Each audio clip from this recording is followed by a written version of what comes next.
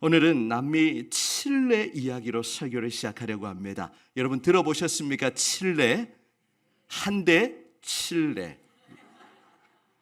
여러분 남미에서 우리 전 세계 나라들 가운데 가장 긴 나라, 남북 길이가 얼마나 되는 줄 아십니까?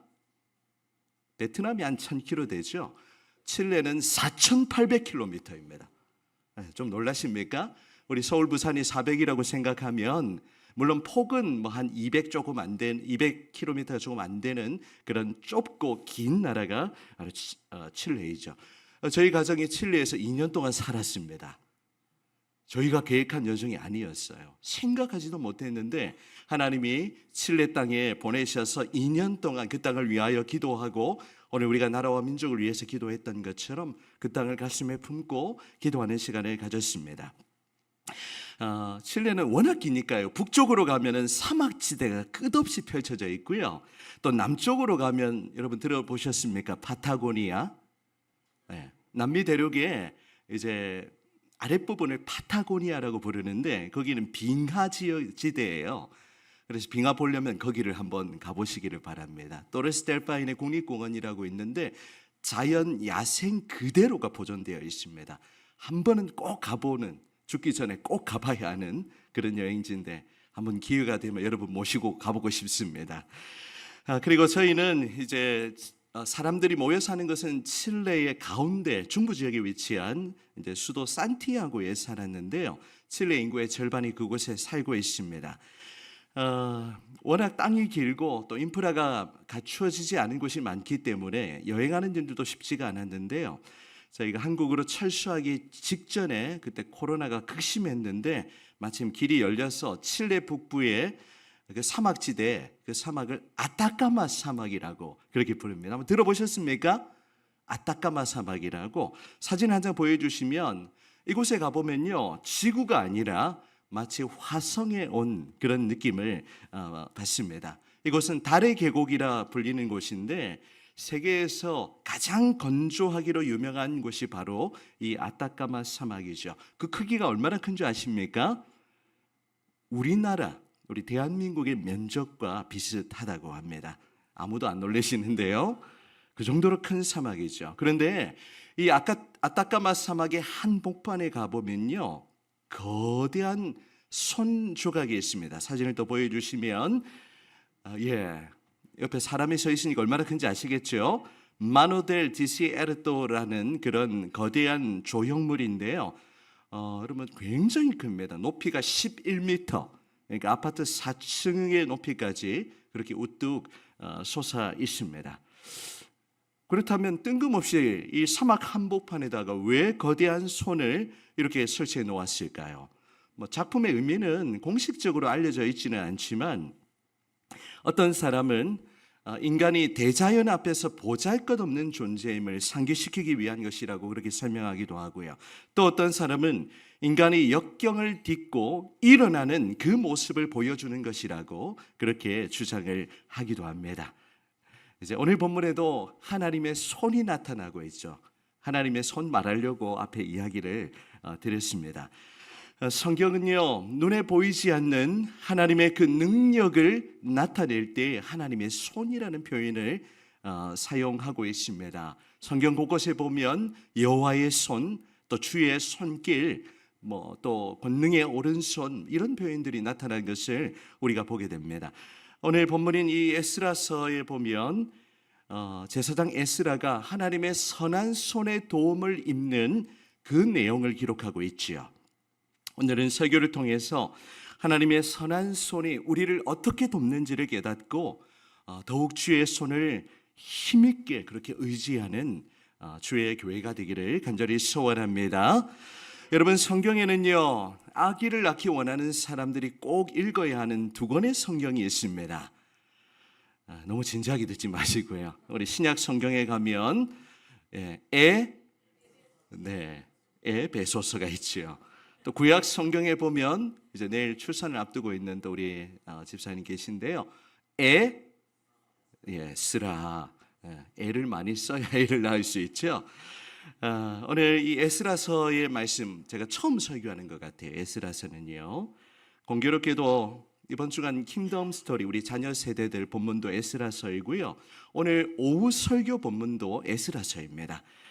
이번 주간 우리 교회가 리딩 지어스를 통해서 역사서의 마지막 부분 15주차 읽게 되는데 이 에스라, 느헤미야, 에스더서 이 세 권을 읽게 됩니다. 내용이 그렇게 많지 않으니까 쉽게 우리가 읽으실 수 있으실 겁니다. 여러분 퀴즈를 드려봅니다.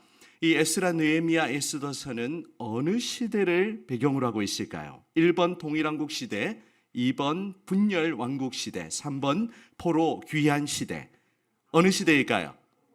3번이죠. 포로 귀환 시대를 그 배경으로 하고 있습니다. 그러니까 구약의 역사에 있어서 가장 마지막에 위치하는 내용이 바로 이 성경이라는 이 배경을 이해하고 성경을 읽으셔야 돼요. 무작정 성경을 읽으시면 안 되고요. 오늘 저녁에 보내드릴 이 해설 영상에 보면 포로기를 유배기라고 그렇게 표현을 하고 있기도 합니다. 하나님은 시대마다 지도자를 세우셔서 하나님의 역사를 이루어 가시는데요.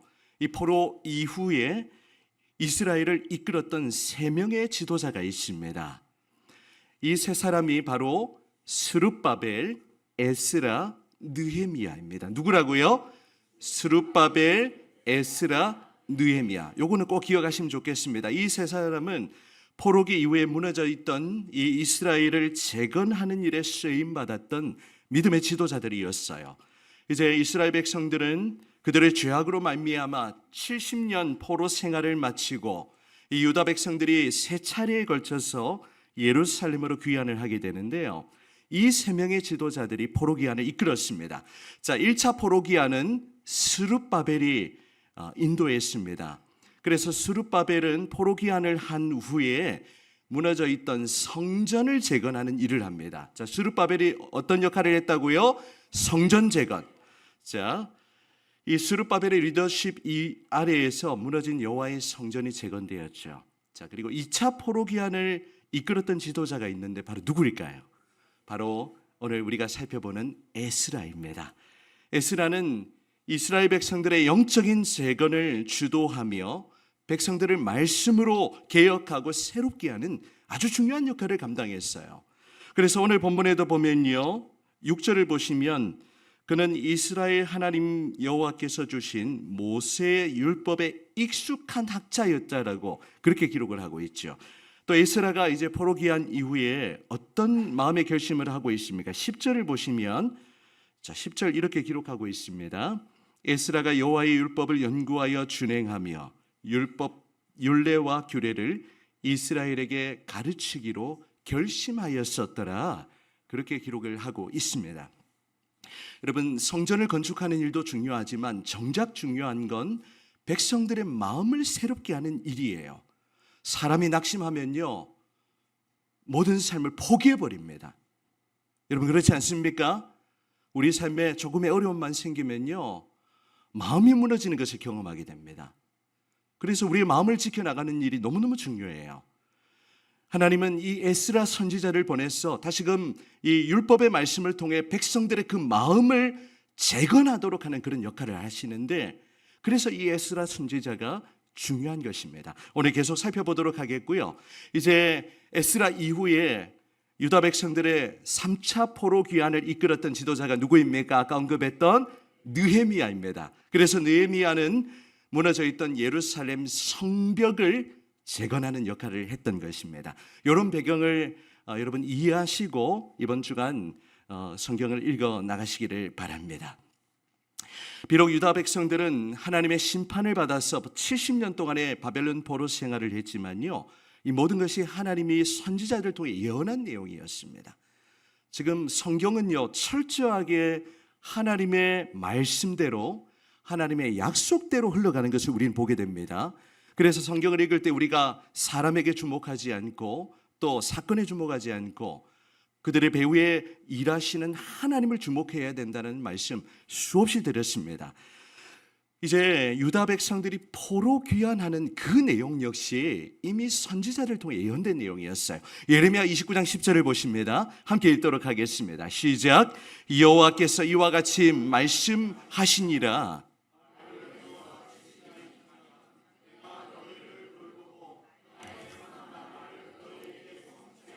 너희를 이곳으로 돌아오게 하리라.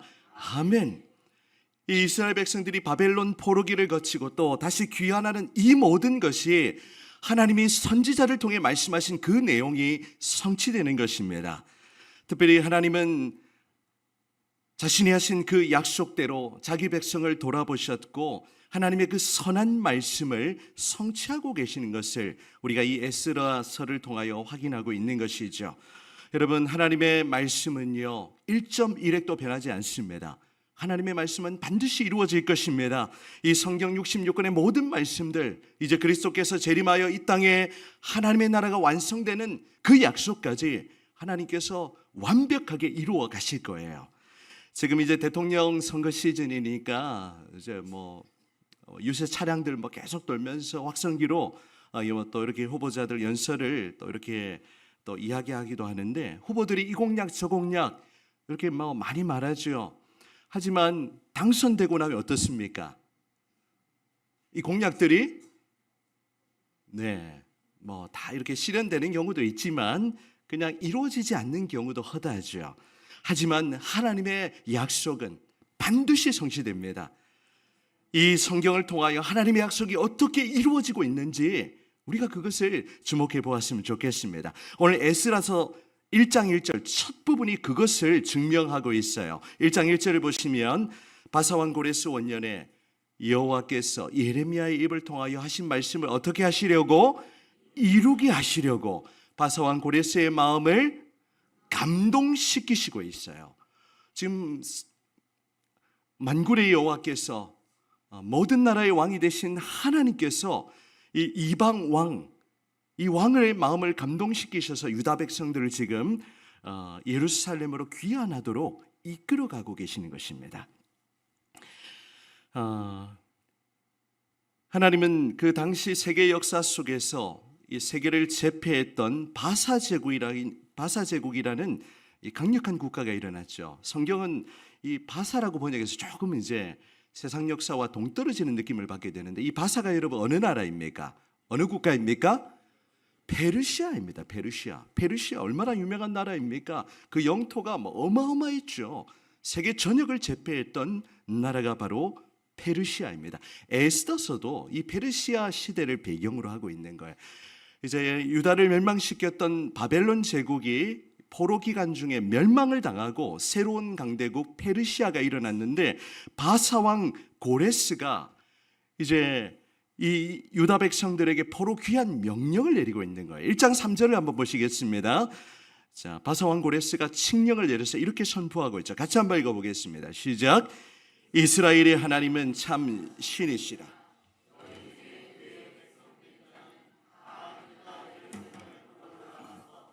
이스라엘 하나님 여호와의 성전을 건축하라.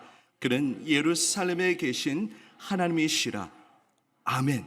여러분, 바사왕 고레스, 이 페르시아 제국을 건설한 황제입니다. 그냥 왕이 아니고요, 왕 중의 왕이죠. 이 황제는 하나님을 믿지 않는 이방 왕이었어요. 그런데 어떻게 이런 일이 일어날 수가 있습니까? 여러분, 포로들은 재산이거든요. 국가 재산이에요. 포로를 돌려보내는 건 국가의 손실을 입는 일이거든요. 그런데 이 바사왕 고레스는 기꺼이 지금 유다 백성들을 돌려보내고 그들로 하여금 성전 건축하라는 그런 명령도 내리고 있는 것입니다. 지금 하나님이 이방 왕을 통하여 하나님의 그 나라의 역사를 이루어 가시는 것을 우리는 성경을 통해서 확인하고 있는 것이죠. 이제 오늘 본문은요, 이 에스라가 바벨론에서 길을 떠나서 예루살렘으로 귀환하는 내용을 기록하고 있습니다. 이 에스라서는 에스라가 기록했지만 에스라의 이름은 오늘 7장에 처음 나옵니다. 1장부터 6장까지는 에스라의 이름이 나오지 않아요. 자, 오늘 7장에 보시면 바사왕 고레스가 칙령을 내리고 시간이 또 거의 한 40년 정도 이렇게 흘렀습니다. 그리고 오늘 보면 7절을 보시면 왕이 바뀌었죠. 그 이후에 아닥사스다 왕이 일어났는데, 아닥사스다 왕 제7년에 이스라엘 자손과 제사장들과 레위 사람들과 노래하는 자들과 문지기들과 느디님 사람들 중에 몇 사람이 예루살렘으로 올라오는 이 제2차 포로기한을 지금 기록하고 있는 겁니다. 그때 지금 8절 에스라가 올라왔으니 라고 그렇게 기록을 하고 있어요. 그래서 에스라는 바벨론, 여러분 제가 지도를 준비하지 못했는데 바벨론에서 예루살렘까지의 거리는 어마어마하게 먼 거리입니다. 그 길이가 직선 거리는 700km 정도. 그런데 이제 길을 따라 움직이면 약 1000km 되는 거리예요. 당시에 무슨 비행기가 있었습니까? 아니면 뭐 자동차가 있었습니까? 어떻게 뭐 말을 타고 가든지 걸어가든지 백성들 데리고 가니까 이 기간이 얼마나 걸렸을까요? 이 기간이 얼마나 걸렸는지 9절에 보면 나와 있잖아요. 자, 에스라가 첫째 달 초하루에 바벨론에서 길을 출발했습니다. 1월 1일이라고, 니산월이라고 표현하는데 그들의 달력으로요. 자, 출발해가지고 언제 도착합니까? 다섯째 달 초하루에 예루살렘에 도착해요. 이 1000km 여행하는데 얼마큼 걸렸습니까? 정확하게 4달, 4개월이 걸렸어요. 엄청난 시간이죠. 그런데 성경은요, 이 에스라가 귀환하는 이 과정에 물론 에스라가 백성들을 잘 이끌고 지도했을 거예요. 하지만 성경은 분명하게 기록하고 있습니다. 여러분 9절을 다시 보시면 어떻게 기록하고 있습니까? 이 가운데 부분이 어떻게 표현하고 있죠? 하나님의 선한 손의 도우심을 입었다라고 그렇게 기록하고 있어요. 에스라는 하나님의 선한 손의 도우심으로 예루살렘으로 귀환 그렇게 하게 되었던 것입니다. 여러분, 오늘 여러분과 나누고 싶은 메시지는 심플합니다. 다른 게 아니에요. 우리 인생은 하나님의 도우심이 없이는 살아갈 수 없는 것입니다. 오늘 아까 찬송가 28장 고백했던 것처럼 주의 크신 도움받아 어디까지 왔으니? 이때까지 왔으니 하나님의 선한 손의 도우심이 아니고서는 우리의 인생의 여정을 감당할 수가 없는 거예요. 오늘 본문 이후의 내용을 보시면 이 아닥사스다 왕이 구체적으로 어떻게 조서를 내리는 그 내용들 다 설명하려면 굉장히 시간이 많이 길어지는데요. 백성들과 제사장, 레위 사람들 중에 예루살렘으로 돌아가고 싶은 사람들은 누구나 가도록 그렇게 조서를 통해 허락을 내리고 있습니다. 왕이 허락하지 않으면 절대 도망 못 가죠. 하지만 하나님은 이 왕의 조서를 통해 공식적으로 포로기한을 할 수 있는 길을 열어주셨어요.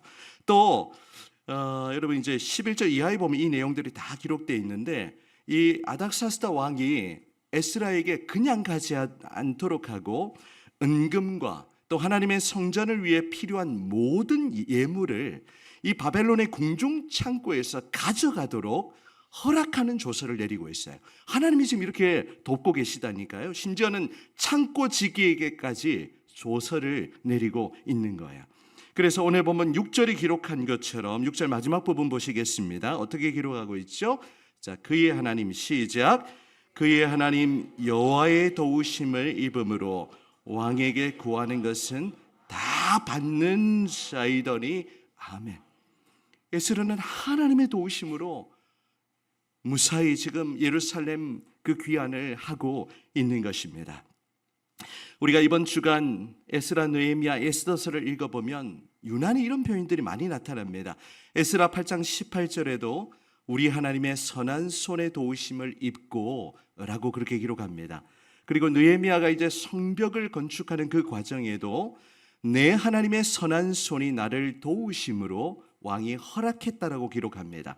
또한 느헤미야 2장 18절에도 하나님의 선한 손이 나를 도우신 일이라는 그런 표현들 계속해서 나타나는 것을 우리가 보게 되죠.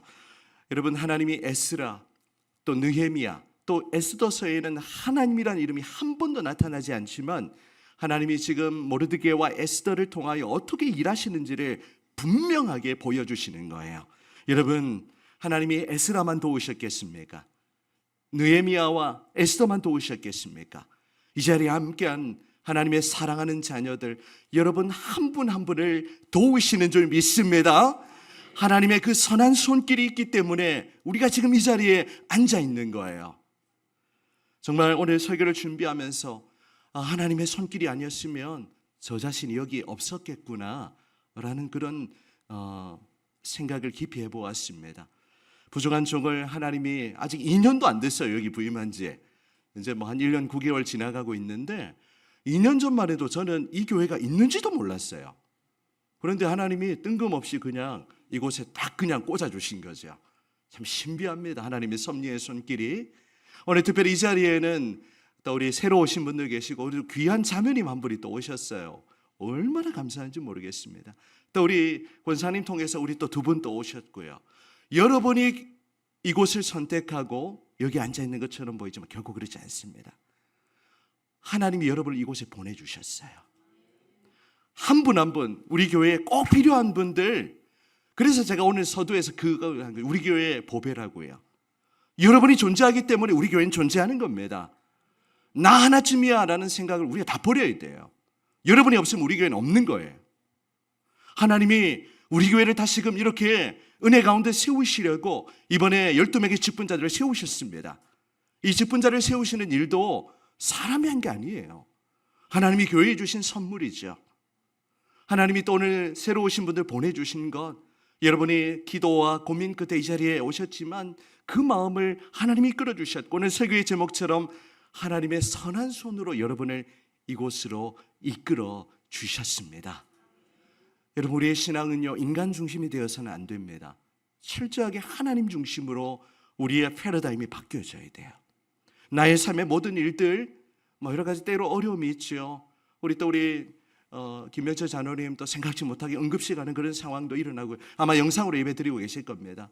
또 이렇게 갑자기 또 넘어지는 일을 겪기도 하고요. 또 생각지 못하는 그런 어려움을 겪을 수밖에 없습니다. 우리가 육신에 있고 있는 동안에 문제가 없고 고난이 없으면 좋겠지만 그럴 수가 없는 거예요. 중요한 것은 어떠한 상황 속에서도 하나님이 지금 내 삶을 어떻게 이끌어가고 계시는가, 하나님의 그 선한 손으로 나를 어떻게 붙들고 계시는가, 그것을 기억하는 것이 가장 중요한 것입니다. 여러분, 하나님의 그 선한 손길이 여러분 한 분과 한 분과 함께 하셨기 때문에 우리가 지금 여기까지 이르게 된 줄 믿습니다. 오늘 우리가 기억해야 되는 것은 우리의 개인의 삶, 우리의 자녀 손주들, 또 우리의 직장과 일터와 사업장, 우리의 모든 삶이 하나님의 선한 손의 도우심으로 여기까지 우리가 이르게 되었다는 사실입니다. 돌이켜보면 모든 것이 주님의 은혜이죠. 주님의 그 은혜의 손길이 아니었으면 우리가 이 자리에 앉아 있을 수가 없는 거예요. 오늘 여러분 설교를 통해 또 이번 주간 이 에스라, 느헤미야, 에스더를 읽어나가면서 하나님의 그 선한 손길을 깊이 묵상하시기를 바랍니다. 하나님의 생각은 한치의 오차도 없어요. 하나님의 그 선한 손길이 아니었다면 우리는 우리의 믿음을 저버렸을지도 모릅니다. 하지만 하나님께서 힘든 순간마다 여러분 한 분 한 분을 붙들어 주셨기 때문에 우리가 지금 이 믿음을 지키고 이렇게 하나님 앞에서 예배할 수 있게 된 것이죠. 여러분, 이제 주의 교회가 이제 21주년을 지나가고 있습니다. 어제 우리 바이블 키 수업하면서 우리 한 분이 이런 고백, 우리 MD님도 오늘 그런 고백하셨는데 우리 교회가 지금 몇 살입니까? 21살. 저희 첫째가 이제 20살 성년의 날을 맞이했는데요. 우리 교회가 이제 청소년기를 지나고 이제는 성년의 나이가 되었어요. 우리 교회가 이제 더욱 성숙하고 성장하고 이제는 무언가 누구의 도움 없이도 힘있게 일어설 수 있는 그런 때가 된 것이죠. 하나님이 부족한 종을 보내셔서 그 일을 하도록 그렇게 이끌어가고 계시는 거예요. 저는 저희 목회를 하지 않습니다. 하나님이 교회에 꼭 필요한 일들, 특별히 에스라와 같은 마음으로 우리 한 분 한 분의 마음을 일으키기 원합니다. 낙심한 마음에 소망을 주고요, 하나님의 말씀으로 여러분 한 분 한 분을 일으켜드리고 도와드리고 싶어요. 그게 저의 마음입니다. 저의 욕심을 위해서 무언가를 하고 저는 그렇게 하지 않으려고 합니다. 여러분, 하나님이 때로는 목사를 통하여, 때로는 우리 또 각 목장의 목자님들을 통하여, 때로는 또 우리 생각하지 못한 사람들을 통하여 그렇게 여러분의 삶을 이끌어가고 계시다는 사실을 한순간도 놓치지 마시기를 바랍니다. 하나님의 은혜의 손길, 그분의 선한 손길이 지금 우리와 함께하는 것이죠. 하나님의 선한 손길이 우리의 연약한 육신을 붙들어 주십니다. 이 시간 여러분, 우리 이 자리에도 정말 간증과 같은 분들 계시잖아요. 다시 언급하지 않아도 여러분 아시잖아요. 하나님의 선한 손길이 고쳐주시고 치료해 주신 줄 믿습니다. 요즘 경제적으로 참 쉽지 않죠. 물가는 급상승했는데 우리의 벌이는 똑같으니까요. 당연히 생활이 빠듯할 수밖에 없게 됩니다. 여러분, 경제적 어려운 이때에도 정말 삶의 여유가 없어지면 마음의 여유도 사라지는 것 같아요. 이때에도 여호와 이레의 하나님이 여러분 한 분 한 분의 삶을 돌보시고 그분의 선한 손길로 여러분의 모든 필요를 채워주실 줄 믿습니다. 뿐만 아니라 앞으로의 인생의 여정도 하나님의 그 선한 손길이 우리를 이끌어갈 것입니다.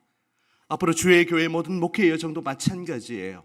21주년을 지나가면서 우리 교회의 장래를 주님 손에 우리가 온전히 맡겨드리기를 원합니다. 우리 개인의 삶도 주님의 그 선한 손길에 여러분 은혜의 손에 부탁하시기를 바랍니다. 그분께서 우리가 생각하지 못한 길로, 우리가 기도하고 구하는 것보다 우리의 상상 이상으로 그렇게 우리의 삶을 이끌어 가시는 것을 경험하게 될 것입니다. 이 시간 우리 모두가, 우리 주의 교회가 더욱 하나님의 선한 손을 의지하고 그렇게 믿음으로 달려가길 원합니다. 때로 낙심되는 상황이 있죠. 우리 이경수 집사님, 우리 안수 집사 되셨는데 앞으로 한번 나와 주시겠습니다. 오늘 요 앞으로 잠깐만 나와 주세요. 자, 마이크 잠깐. 자, 여러분, 우리가 힘들면 모든 것을 손에서 놓아 버리려고 합니다.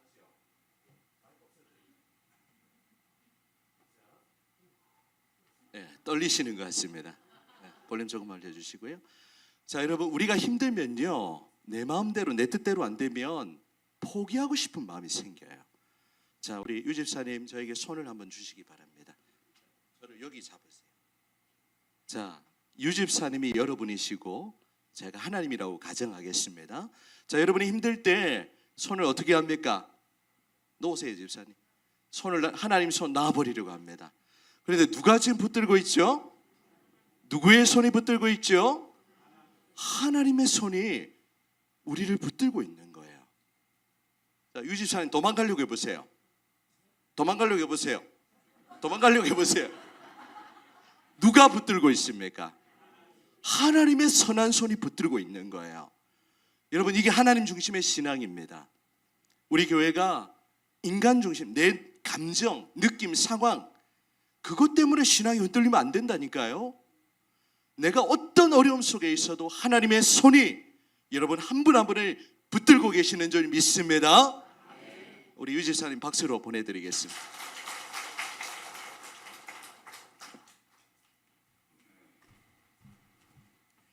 이제 우리 어떻게 해야 되겠습니까? 우리도 하나님 손 꼭 붙잡아야 되죠. 하나님 손 놓지 마세요, 여러분.